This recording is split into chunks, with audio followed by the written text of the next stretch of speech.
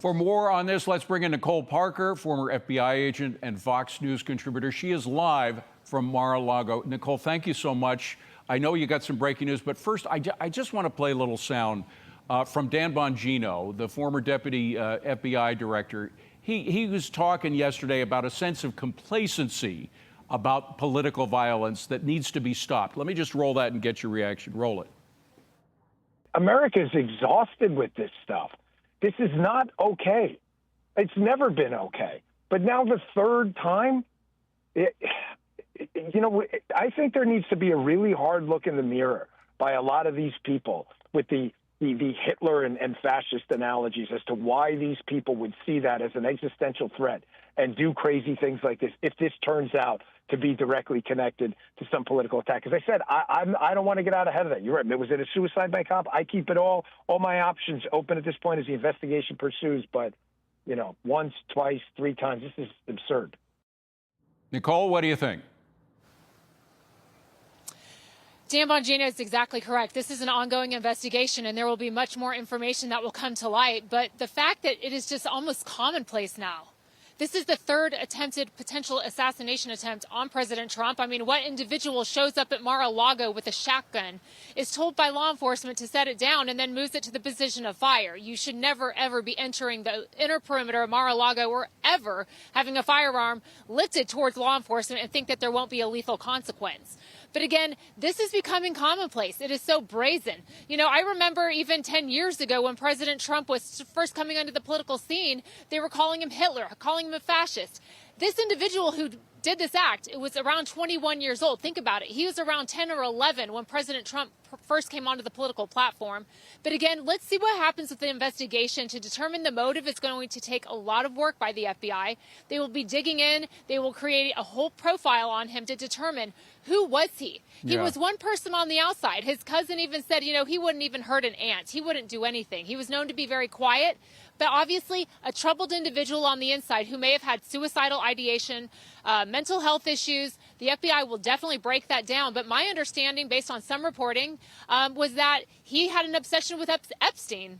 And he wanted to make sure that there was an awareness about Epstein. He had exchanged text messages with a colleague at a golf course that he had worked with.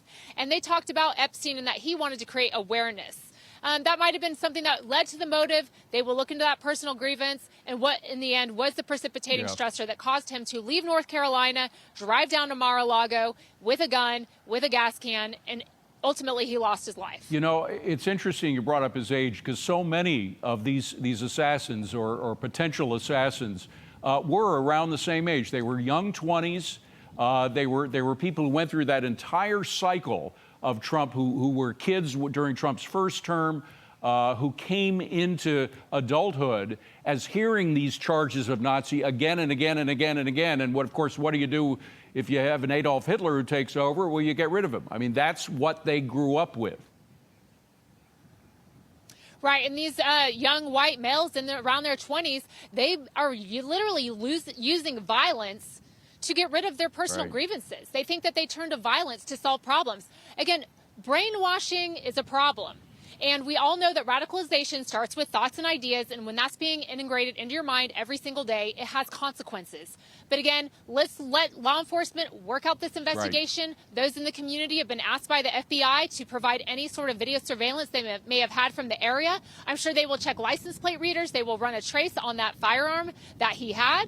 And they will also be doing extensive interviews with family members, friends, colleagues, loved ones, acquaintances, checking his text messages. What was his platform online? Who was he? And that will take time, but this cannot be something that we see every other week. I mean, we just were here for the Ryan Ruth trial here down in FBI Miami's jurisdiction. He was just found guilty and sentenced last month to life in prison. But again, that was at President Trump's golf course. So when is enough enough?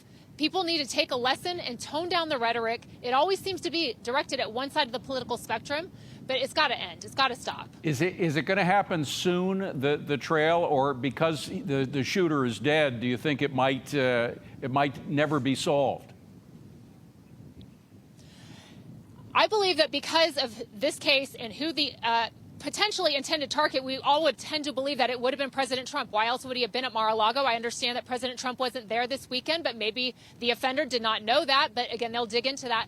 But the FBI will work this with the same amount of vigor as any other investigation, although it will probably never see the walls of a courtroom unless there comes about that there was a co-conspirator, which at this point there is no indication of that. They will work this vigorously, just like any other investigation, to get to the end of it. Because you know what's just as important is determining patterns and determining potential threats. Because you've got to see that there is a pattern that is formulating. The FBI and the Behavioral Analysis Unit is analyzing that, and you've got to be able to be proactive to stop the threats before these things occur. Nicole Parker, always good to talk to you about these things. Thank you so much for being here. Appreciate it. And good luck in your investigation about what went on. Thank you. My pleasure.